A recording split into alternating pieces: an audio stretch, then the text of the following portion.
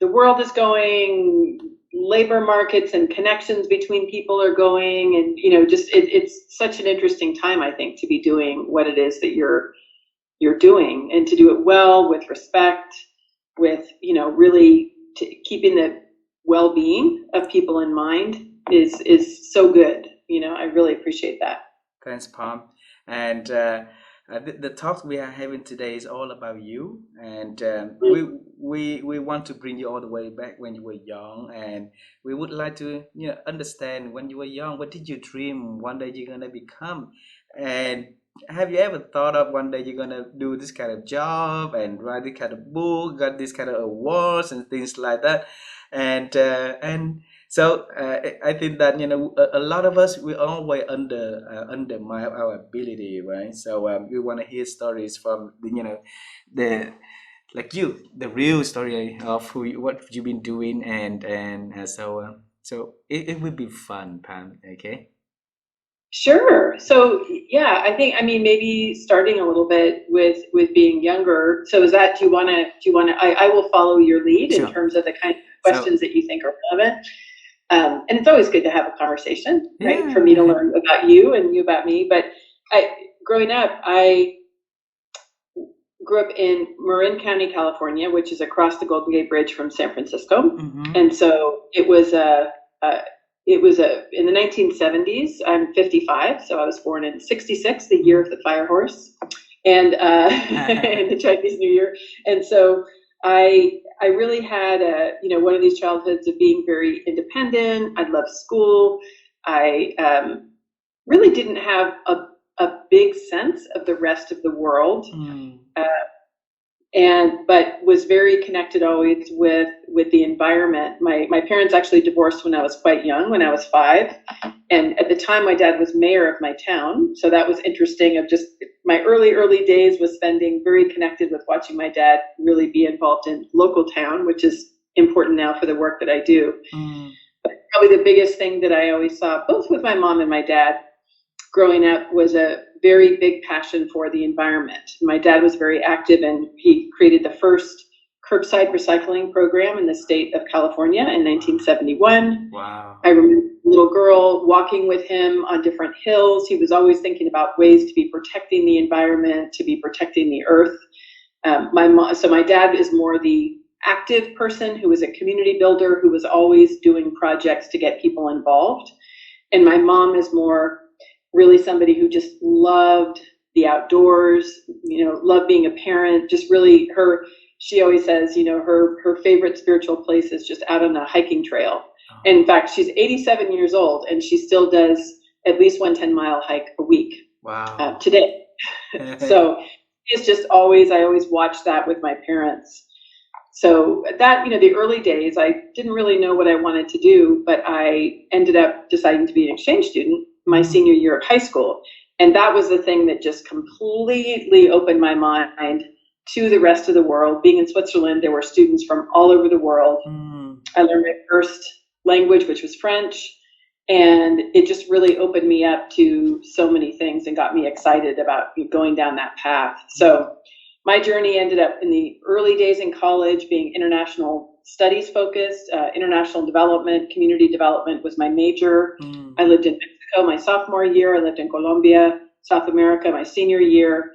And then I lived in Brazil after that, training capoeira, which is an Afro-Brazilian martial art that I was active in studying. So I had a whole series of time in which I was very adventurous, and I learned French and Spanish and Portuguese, and had a great time traveling.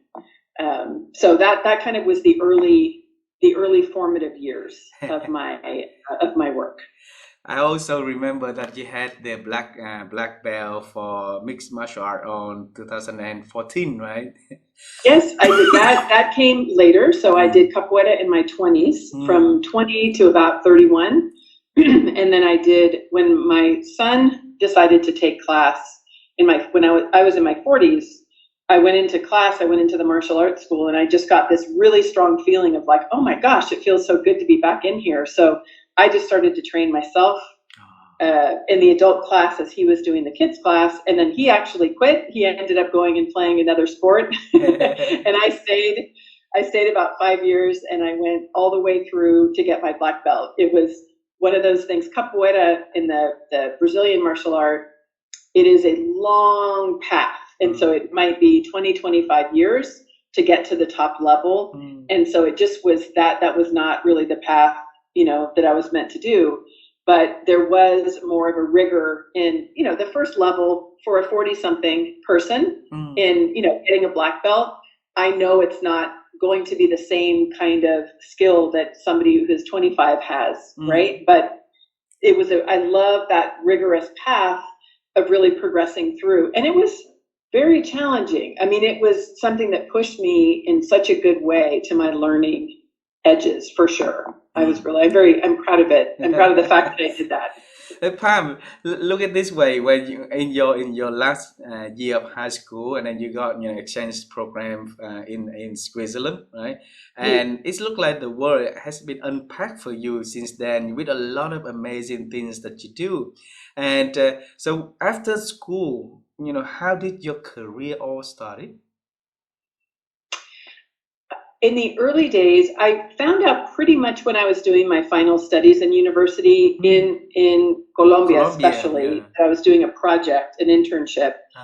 It just didn't feel right to me, based on my philosophy, what we were studying, to be an expatriate aid worker, especially a young white woman being in a country of, having folks who were so deeply immersed in what they needed within their own community. It was like part of the early stages of what's driven a lot of my views about community development, that it's not so much a top down where you have somebody from a different place that comes into a system and tries to tell people what to do, but rather to figure out what are obstacles that are in people's way and what's a way to really work to remove those obstacles while building their own capacity. So in Bogota, I was working in a program that was teaching some of the women from the area, which was on the outskirts of the city, how to be teachers, because they really wanted to be teaching within their own communities.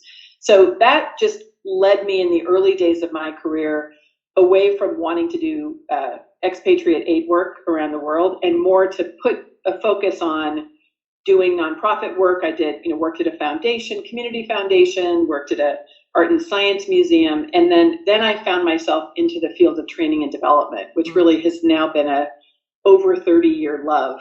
It interestingly combines some of the models. When you look at organizational systems, it's very similar to systems you look at for economic development.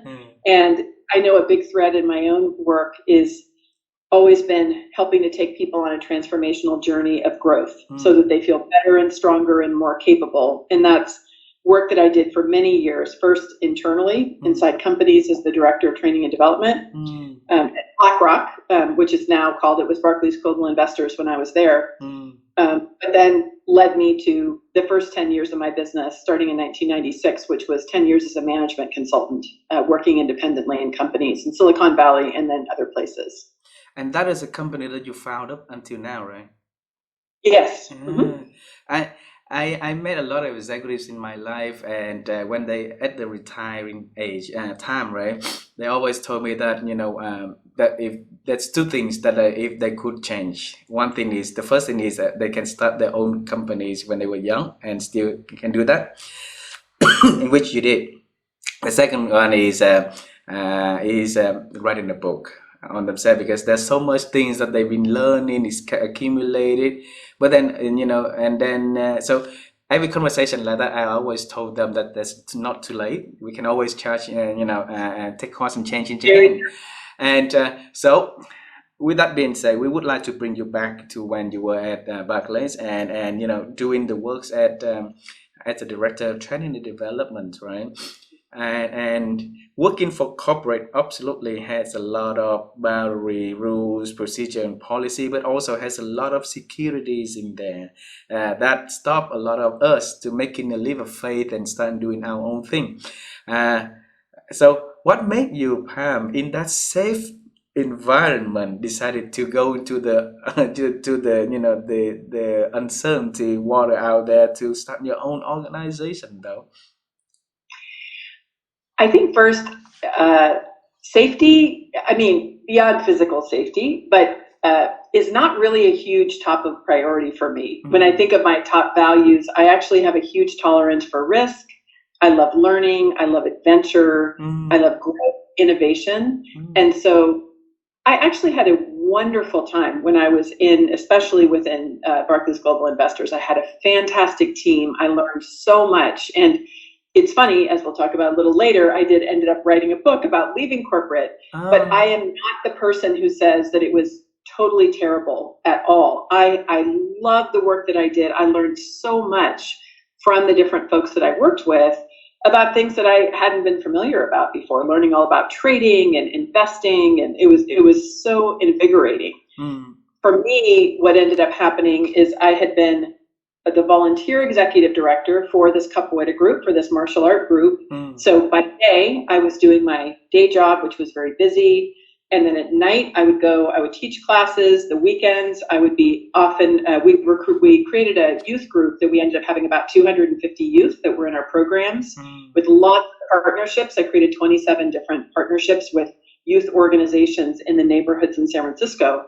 So there's a lot of work to do, which was a great joy for me at the time. I didn't have a family, didn't have kids.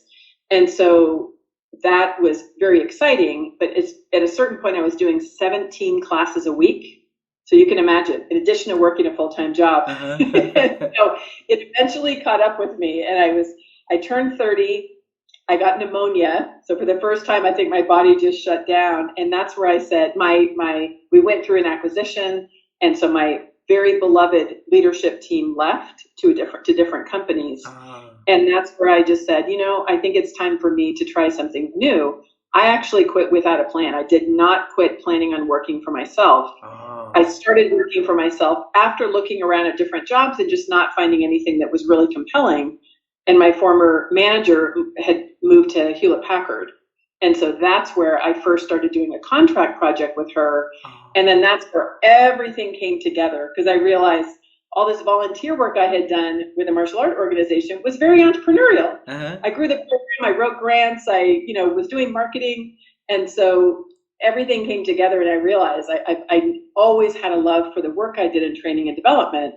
But if I could do it independently with more freedom and flexibility and adventure, then that was the best of all things. So it didn't, like I tell many of my clients, and I've told them over the years, it's so dangerous just to follow one person's path. If I were just to write a book saying, it's fine, work until you don't like it, quit without a plan, you'll immediately get clients and make more money than you did in corporate. Like, that's what happened to me. But that's very specifically because of my personality, because of relationships that I had, and I think experience that I had.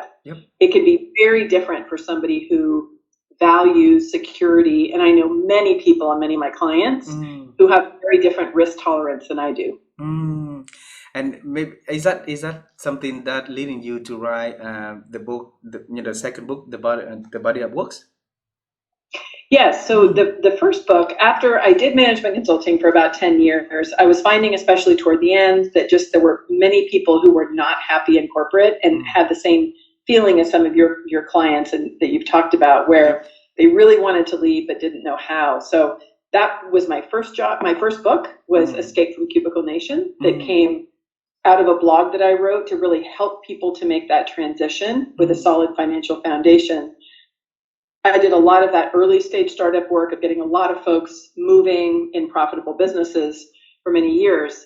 And then I found that there was a limited way that we were really looking at the world of work. And so Body of Work came out in 2014. So there was disruption, not quite the same amount we find today, but it felt very limited that we were still looking at career paths as either doing corporate or entrepreneurship, because I found many people would move among and between those work modes, or they might work at a university or start a nonprofit or work at a smaller firm. And so I thought, what's a way we can create a framework that would allow somebody moving through their career to have a sense of cohesion and have a method that could follow them throughout their whole career. So I looked to people like artists and photographers and writers that we well understand have bodies of work that can evolve and change over time and go through stages of growth. And that's really where body of work came, is a way to look at what we do in a coherent way. And I call it a love letter to creation, because it really is being very deliberate about how we spend our time and what we create through our work. It's amazing to see when you work, there's a lot of dot that you put out there, and then when all the dot actually reconnecting to back all together. And each books that you wrote actually was advanced, a lot advanced, that leading to change later on, in the way that I see. Yeah, in 2009 you talk about the escape the typical nation, right? And then now we Yes. have the great resignations everywhere, and people starting to, and if business leaders actually thought of the culture they created in advance before, and instead of making the cubicle nation like it is, right, but they're breaking it into a environment culture where employees can find where they belong and things like that, things might have changed differently a lot, and yeah. Yes, it's really true. I just did a talk about a week and a half ago in Philadelphia to technology partners. It was called Supernode, and it was a conference put on by the company Crossbeam, which is in Philadelphia. And so their unique purpose is really to help facilitate collaboration and partnerships between different technology companies, which, as you know well, and I think you model well in your work, that's really the way often that we look at growth these days, is what are ways you can get a suite of services from different companies that you might be offering for your clients. A lot of, especially SaaS companies, software as a service companies, are doing co-marketing, partnering together. So I was talking to them about, teasing a little bit, that I do feel sometimes like I have a crystal ball looking into the future, because it's a blessing and it's a curse sometimes, because it is, I can't really describe it, but I've just started to understand it. And, at this point now, 26 years in, there are certain things that I can see based on patterns where I notice maybe an awareness or a change that organizations need to make far before they need to make it. And so it's like anybody who's ever doing more of that strategic, future-focused work, in the early days, I think you spend a lot of time trying to make the case, sharing. Some people really get it. And then sometimes it takes like a really significant change for people to look around and, say, oh my gosh, and of course they're like, why didn't anybody tell us? And I'm sitting here going, I've been telling you this since 2009. So it's one of the things one of the contributions that I hope that I do make to the world of work is just maybe raising awareness and bringing some frameworks for us to think about.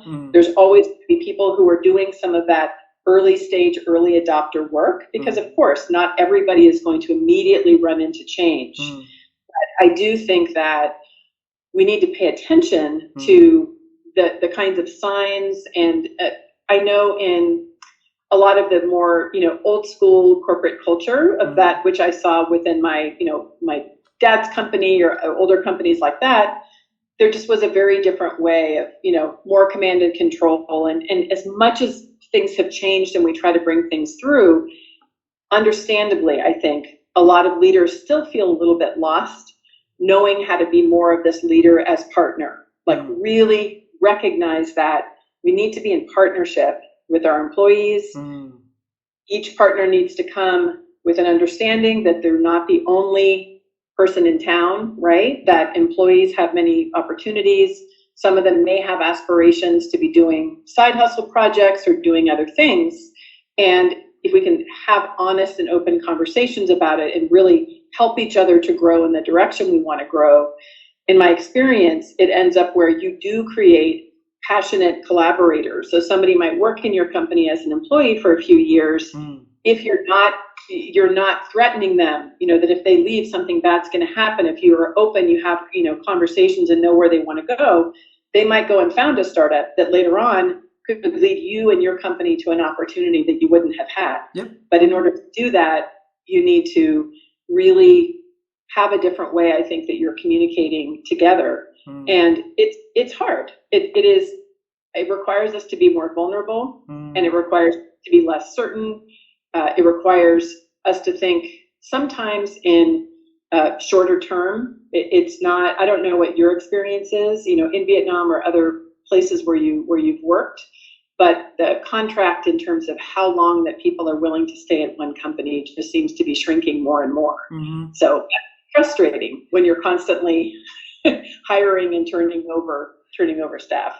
It's surprisingly, like in my country, the turnover, from like from staff from one country to the next has been shrinking to 2 years time frame now. But then, if you look at the Western companies and corporate America back then, when in 20 years ago, people stay for 10 years, 15 years, and things like that a lot, right? My organization, like we used to have people at the decor that work for the organization for 35 years, for 32 years. And Singapore office, the average staff that works there since 2015, and before that, it was about 20 years in average, from the senior leaders to the new entrant. But then now, with all the changes, that rate drop all the ways, average about 7 years, and expecting it to continue to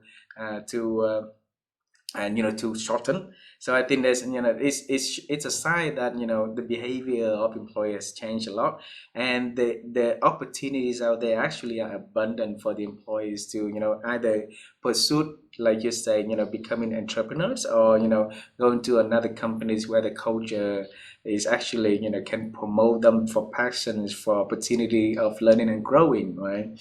And uh, Pam, how could you see these things in advance like that? I honestly can't really describe it. Mm-hmm. Sometimes it could be somebody who's really good at math, which is not me. might just say, I don't know why, but I've never had trouble when a teacher puts a math problem on the board of solving it. Mm, I feel like for me, a combination of ways that I'm wired, I think having a big picture strategic focus mm, is very a core part of the way that I see the world. I definitely tend to think in systems, and my work is centered on the human side of business, of really understanding the behavior of humans, looking at relationships that we have, and just really enjoying having the truly heartfelt kinds of conversations mm, about the truth that's happening in people's lives. And so it really was, for many years when I was a consultant to larger companies, I would have those conversations, those confidential conversations where, of course, in a public setting, everybody is saying, I'm fine, everything is okay. But then as we had a moment, maybe after an event, to sit quietly and talk to each other, is where somebody might say, I'm actually extremely unhappy. I feel really terrified, or, my manager is, I really don't like them, but I don't know what to do. I remember having a deep, beautiful conversation with somebody when I was working in a large company, who said, I just have this hunger to go home. He was from West Africa, and he said, I'm here, and I feel like I should be happy that I'm here in this amazing position of privilege, but I just long for home. All these really powerful personal stories. And mm, so that's part of it, I think, is being privy to actually what's happening and what's on people's minds, mm, and hearing then for many years after as a coach what it is that people are saying and the truth of their experience. I know that that feeds a lot. My understanding of what's happening is just having so many conversations with people that are very heartfelt, is deeply understanding what are the kinds of barriers that people have, what are people thinking and talking about. And I think that, coupled with being the kind of person who's just always curious about problem solving and looking at patterns of people who are working, in different areas, that's informed the work that I've done for my latest book, The Widest Net. mm, I think that just kind of adds up. I mean, I am not saying, of course, I wouldn't bet money on myself if I were a gambling person to say I can predict what the housing market is going to be like in 2032 or something. But I do feel pretty confident, based on my experience over the last 3 decades, mm. of noticing the kinds of trends that are going to happen and then generally seeing them come true. Mm.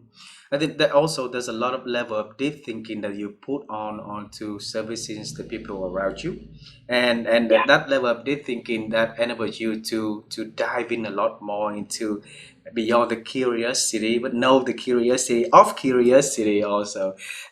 So that leads to this question that every time I met, and like expert like you are, and I always like to ask, how do you think? And the reason for that is, there's a lot of us out there that not learning how to think properly. And my wife and I are in the pursuit of helping people to understand and how we can shape our thinking in a better directions. And one of the way to do that is to ask expert, how Pamela, and schedule your time in the day to think, and what process you put out to help you think deeper in any situations. You share that with us? Absolutely. So I will totally share my own view of how it is that I do it. And Mm-hmm. then I think I will share a view as a coach about Yes. ways that individuals can look at it. Because part of what I've come to understand over time is really looking at my own work through a strengths-based approach. So Mm. really noticing the kinds of things that I do well and leaning into those areas as much as possible. So really choosing the kind of work that I can do that is, interesting to me, and very specifically working on problems that are really interesting to me. Mm. And that's just important for the way that I'm wired. That naturally leads me down a path of curiosity. I have many friends who are authors who book writing, for example, more from the perspective of a journalist. And in lots of conversations with Dan, I know that he might approach a particular piece of work or book like that where he's really doing lots of research and exploring a topic and spending all his days writing about it. For me, all the thinking really comes in the context of the work that I'm doing. So I'm really an author practitioner. I'm paying close attention to what it is that people are struggling with. And then I process often a either like reflection on patterns that I'm seeing, or Mm. some kind of helpful tool for what it is that they are working on through writing. And Ah. so for many years, since 2005, I've always had a blog. That's like the early way that I start to work things out, or I have an idea, or I notice that in many coaching conversations, I keep talking about a concept. And so when I talk about it enough, then I say to myself, all right, now I need to write about it, because that's a way that I can actually make a coherent picture. I can create something that I can be sharing one to many with other people. And Mm. then usually through that trail of different pieces of content is where I begin to see or even feel the shape of a book, Mm. because a book is that deeper structure in which usually I am looking at a core problem or challenge that is Mm. bigger than just a single piece of content. And then that's when I start to work on and shape what's the idea for the book. And then based on what the structure is, generally I like to have structures where I have stories of real people or some kind of way to bring somebody into a concept. Mm. I have lots of frameworks. We have, my husband and I have a learning lab here in Mesa, Arizona, and so we have a gigantic board. I'm pointing behind me for anybody watching the video. In the room behind me, we have a huge wall that's all whiteboard. So I spend a lot of time whiteboarding, diagramming things out, working on concepts visually. And I do the same thing if I'm on calls with my iPad. So I use Ah. my iPad and a pen. And that's the way that I can begin to get the models together. So it's usually Mm.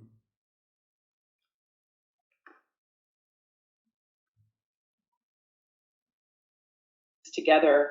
And when I think about the optimum situation for me, if I'm thinking effectively, I also have lots of free space Free space. in order to like relax, think, actually just like let my thoughts percolate a little bit. Mm. Not to be constantly working or writing is something that works for me. So I tend to work in like almost seasons or phases depending upon what I'm doing. Mm. The coach part of me in addressing that question just says, in my experience working with people, all kinds of different people that Ah. are wired differently, that come from different values, perspectives, different backgrounds, I always highly encourage my clients to really pay attention to how they are uniquely wired. What are those patterns and habits that really fit with them? So some people like me are much more creative, almost the artistic part where they see it's like doing a painting with ideas.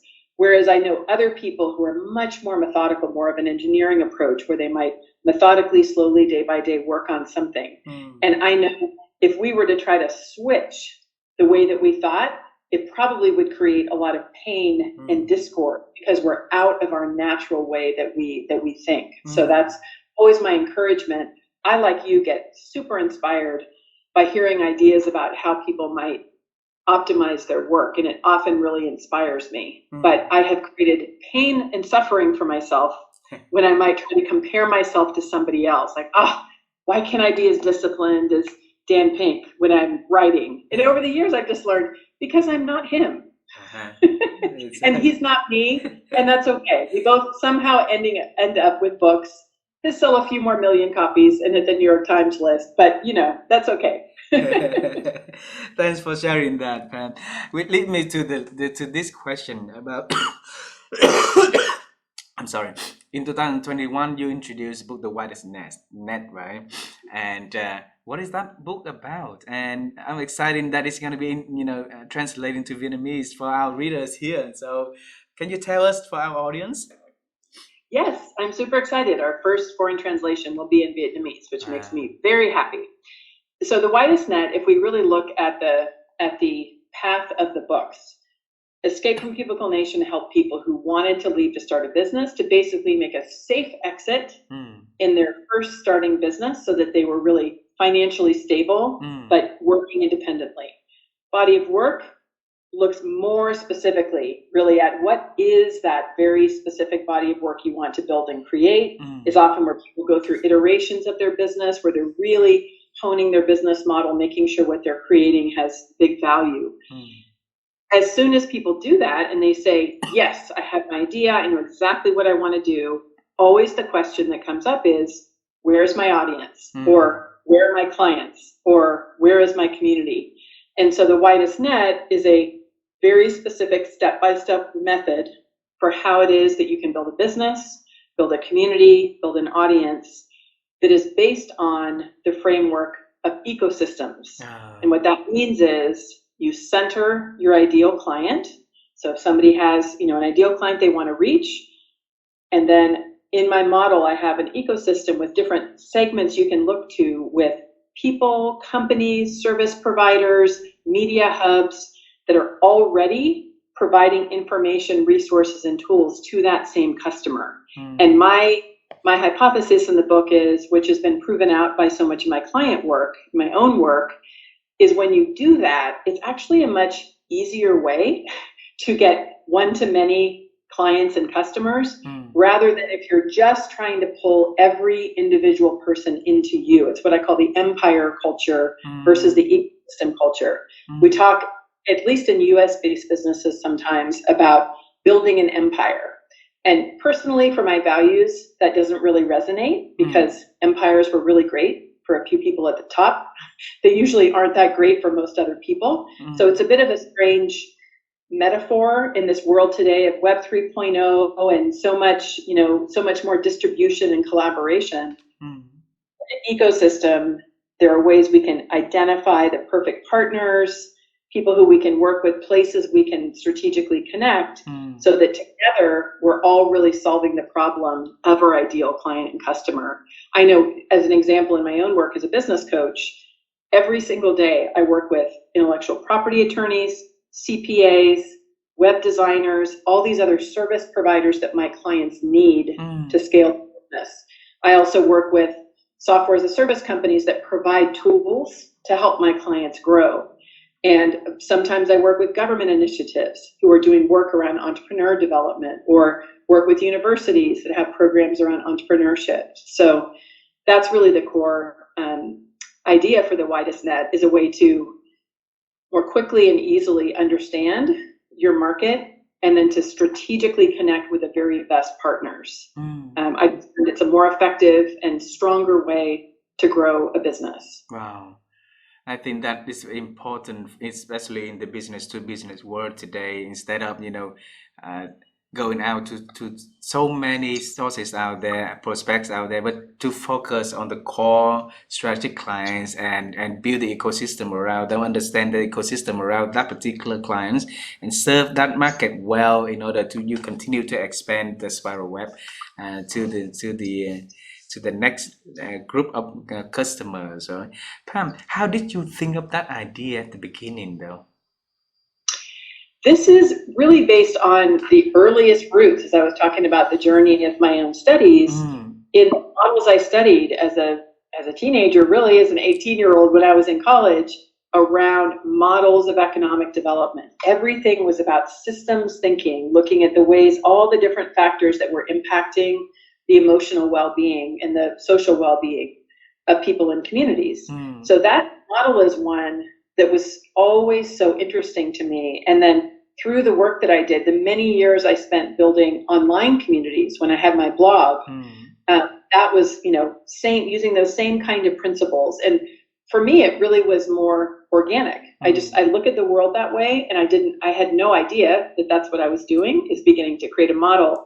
But the more that I began to look at it, codify it, and write about it, as I said before, and notice the patterns, is where I was like, wait a minute, there is always a way in which I'm putting this together for my clients. And it is a model that it works, regardless if you might say, I want to hire more Vietnamese software engineers. Usually the first thing that I would do is say, okay, who are the people who are training those engineers? Who are companies that might have them? Who are associations that, that might be made up of Vietnamese software engineers? So right away, you just notice that there's this way to look at the quickest way in which you can be building community and building a strategic network. And it was one of those things where I just ended up feeling compelled to be writing about it. I think another important part of my work is, by personality, I'm not necessarily one who's always going to be like spending most of my time critiquing what I see, but there are some really problematic things that I've seen. And through the conversations I've had with business owners, with very transactional approaches to business, very often customers don't feel good. They feel like a number. Very often entrepreneurs who are highly relational by the way they're wired don't like it when I might say, okay, if you want to be successful, you just need to pound out the emails, and it doesn't matter, as long as you get the right conversion rate, you don't need to worry about people. Like, just focus on the dollars. Actually, it's quite a bit of a dehumanizing way to operate. And I think that it's really harming us a lot in societies and our relationships with each other. I hope in Vietnam you are not as fractured as we are in the United States. I feel actually a sense of embarrassment in many ways for the state that we are in. Pretty much every single social contract we have with each other, our connection and community, our political structure, our economy, there are so many parts in which we are so deeply fragmented from each other. And so to me, the more we can bring a depth of understanding, deep listening, a strategic view of really collaboration, win-win, that's what we need to do actually quite a bit of healing and with each other. And also just to make sure that we're creating an environment in which there don't have to be winners and losers, or just, people on top are just lucky and then everybody else just has to struggle. I think that's a choice, and it's not a choice that I want to demonstrate to my kids. Yep. Thanks for doing that. I am actually working on the book called Teamsmization. So it's a teams of organization, and I don't know how to put any other words instead of put teams and organizers and cut half of the organization, so become teamization. And the fundamental of that is also the same, because when I started my own organization, right, I started to leverage the network that we have, the supplier that supply printing machine to a company can be a big source of introduce us to a client, right? And attorney office also is a big source of introduce us to the new client that enter into Vietnam and looking for the services. And then we can do the same, because our clients, we someday need services services from these professional services, and then we can also introduce backward, and then it's the matter of who we choose to be in our network, what values we share together, and where we can build a common understanding and agreement, so that we're not gonna, and each of us honors the agreement that we have. So it takes a lot. I'm still in the early stage of writing that, so thanks for sharing the idea of the book. I would definitely looking forward to read the what is next, to learn from the expert like you are. um, so now you've been writing the book about helping people to get out of the corporate world and doing their own business. Another book is about building the roots, the foundation for them, so that they can serve their clients. Now it's the book for finding clients that they can serve, right? Yes. What's next, Pam? So is there anything exciting that you're about to do that you want to share with us in advance, so that we can celebrate with you now? I feel it. Well, for sure. The thing I'm probably most excited about now that the book is done Mm, is for bringing it out into the world and often really finding the use cases. One of the most fun things as an author is to notice that there are places you wouldn't imagine that might relate to a model that you create, that might use it in new and interesting ways. mm, And so just today I had an email from a friend that has a marketing agency, and I had spoken at their conference a week ago. And so he said, is it okay if we're use the model? They're a marketing agency and they do a lot of work around content. And he said, would it be okay if we use this ecosystem model part of your book in our work? And I said, yes, absolutely. It's so neat to see where they might identify this as being a piece of what would be important in their work. The other thing is, like I mentioned before, in this technology partnerships and mm, ecosystems, where they've actually been in that world for a long time. mm, SaaS companies have been talking about ecosystem development for a long time. I had a conversation yesterday with folks who are creating a company that really helps to create tools to enable very smooth two-way flowing of information for technology partnerships and ecosystems. So that's always so interesting to see the ways in which the work goes out there. mm, And then for me personally, as it relates to my business, finding the areas where I say, what can I just do to inspire other people where they can be using the work in their field?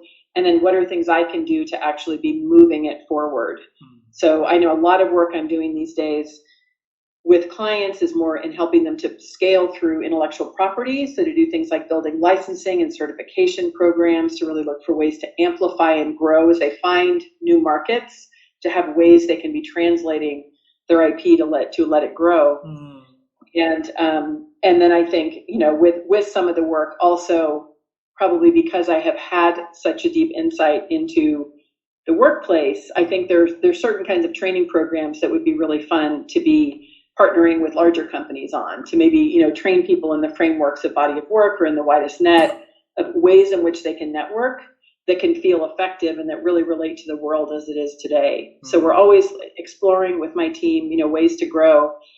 This time, usually I have a long time between books because it takes a lot of incubation. But for some reason, what whispered in my ear very early on, almost as soon as The Widest Net came out, is I think the next book is going to be more about leadership, but very specifically more just personal leadership, like how it is that you navigate the world of work from that context of really wanting to be a leader that makes ethical decisions. Mm, And I find that's where all the conversations are going with my clients. mm. And I am not going to write it at least for a year, but it feels like it is probably part of this overall set of books of, Yeah. once you have all these opportunities, how do you really discern how you're going to weave through that Yep. and do it in a way that makes you proud of your choices Mm. and really effective in what you're doing.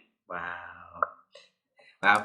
We will look forward for that books to come. Okay. And then once you have an idea, you have the way to work it out and get it out to the market, because there's people out there that needs to. There's a lot of books about leaderships already, but each book is like a unique, like way of introducing your point of view, your experience, your belief in leadership for other people. So the more that we can read from different people opinions, the more that we can think what we can, find the best option for us, right?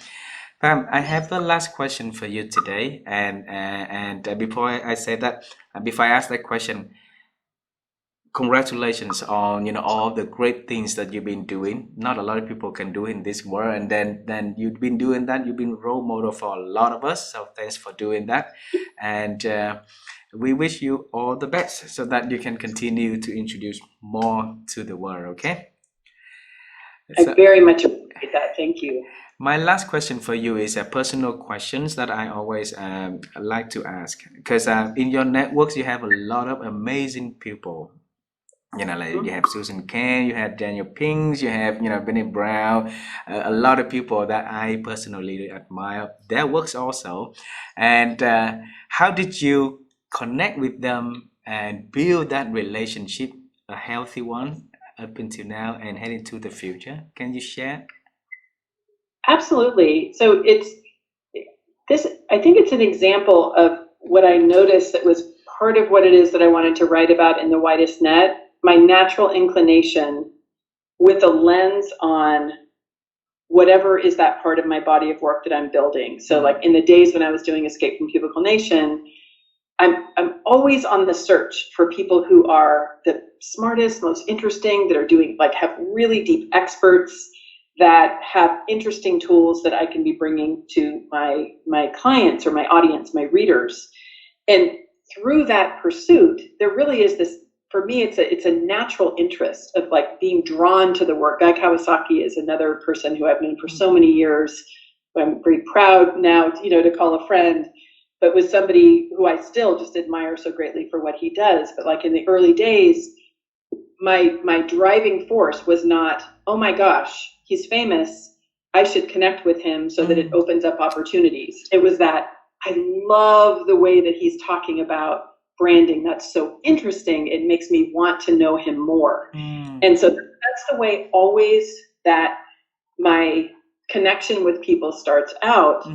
And a lot of what I talk about in The Widest Net, the process that you have for taking the time to respectfully get to know somebody.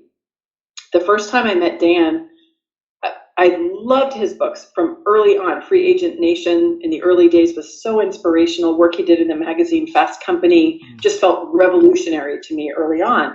And so I followed his work for a long time. I think there was a first time I might have met him at a live event, and like everybody else, I stood in a long line, and then I went, and when I was able to shake his hand, I shook his hand, smiled, probably took a picture, had him sign a book. But that was an example of a first point of connection. And then maybe a little bit later, I would put comments on something that he put on social media.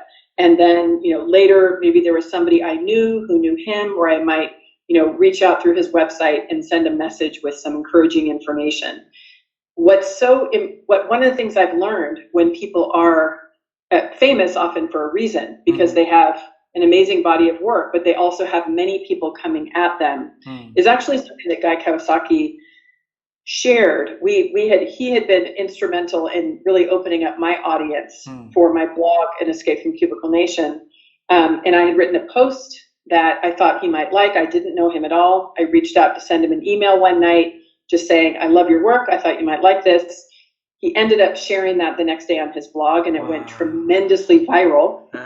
And so we had fun through the week after that, like emailing, and I was telling him what was going on. And it was that was kind of a fun point of connection.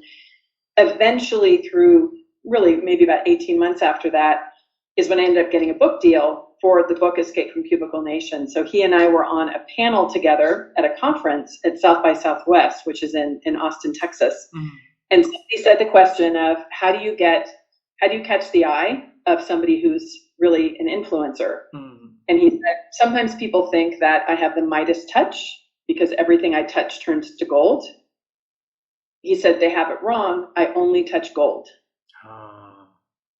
And so what it meant for me, and what I really keep in mind, and as I, through the years, have gotten a bigger audience. And so in some cases, there could be somebody trying to make a connection with me where I have many people coming. It is nothing to do with how long you've been in business or how many followers you have, where you are sincerely contributing something of value to your field, to the ecosystem, to your clients.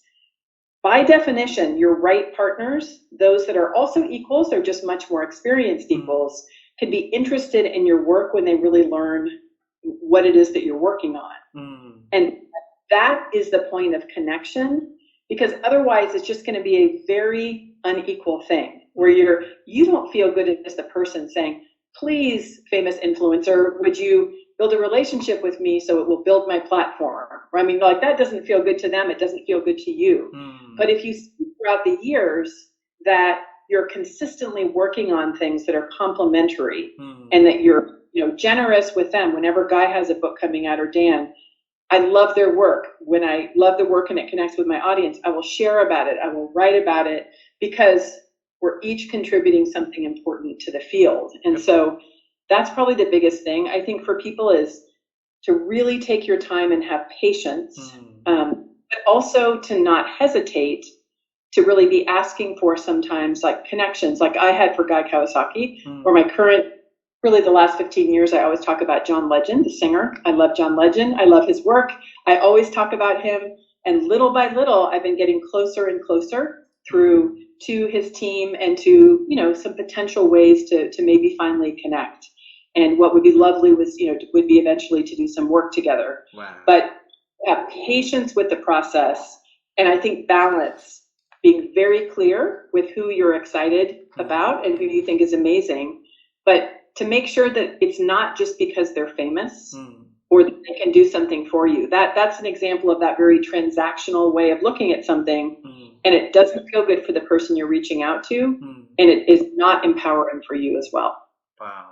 Pam, thanks so much for sharing that. I think your fifth book should be around in, connecting it and networking with the influencer, because the answer that you said, this always has been a topic many people wants to understand, but not a lot of people do it the right way. So sometimes it's so hurry, sometimes it's so not interested enough, sometimes it's just the wrong way of communication and things like that, and the manners also. So so if you can think about writing the fifth book around surrounding how to help people networking properly and expand it from the what is net into a section just for networking, that would also help a lot of business entrepreneurs out there to know what to do and best to grow their business up down. That's wonderful. Yeah, I'll make sure to do it. It is really inherent in the method, right? I think a lot of it is, it's like when you begin to notice that you're very connected with the ecosystem surrounding your ideal client, you just begin to see people more frequently, right? You're more frequently going to be in contact with those companies or with those influencers. But I will make sure to, to continue to write about it and really just encourage people, to lean in and to make the ask, and then to have that good caring for your own heart, where it is okay if somebody doesn't respond, if they immediately reject you or shut down. That's sometimes part of the way that it is. Sometimes you're not meant to connect with that person, or sometimes you just need to have a little bit more patience and to find the opportunity in which things can happen. I appreciate how you reached out. We have not known each other before. We connected on LinkedIn.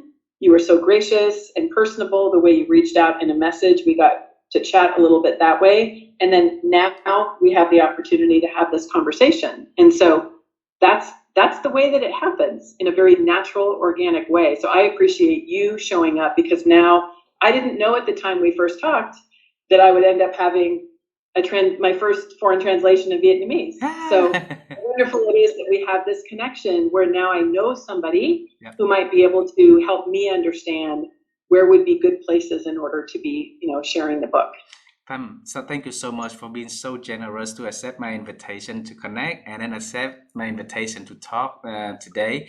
And also, can you please tell Tanika that I really appreciate all of her support to make this happen also, okay? 100%. I will tell her. She is wonderful. Thank you. Thank you very much. And on behalf of our audience, we would like to say thank you for you to join the show and share your story with us.